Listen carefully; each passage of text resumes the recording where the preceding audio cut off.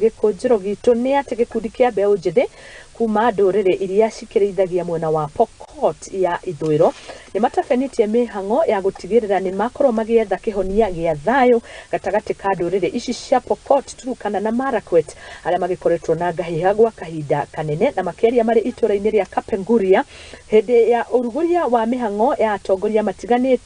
matiganite ni marakorirwo magigikinyia thiini wa gikaro kiu na kuria andu aya makorwo magikara na Thayu na guteaniria ndungamano iria ikoragwo gatagati kao na magikorwo makiri na urumwe. Na sisi kama vijana tumeonelea kwamba ni wakati wetu ili tuje mbele tuseme lazima amani idumu, kwa sababu sisi vijana ndio mara kwa mara tunatumika katika haya majanga ya wizi wa ng'ombe na hata maneno mengine kama maandamano. So I want to urge the youth and also the political leaders in this county to support these youth initiatives so that we are able to make some steps towards bringing together the communities that live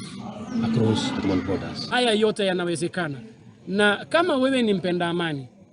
amani lazima ianze kwa vijana, na nashukuru sana kuko hapa kwa sababu vijana wametualika, na inaposhika misisi kwa vijana tutajua kwamba tutaenda mbali. Hakuna time ya kufight, wako na amani. Kwa hivyo nimefurahi sana, na tunapozindua hii foundation ya Diana Kepako, najua West Pokot it will be another level the security of this country. Na ripoti ino ya Guthingata Thayu mwena wa Pokot ni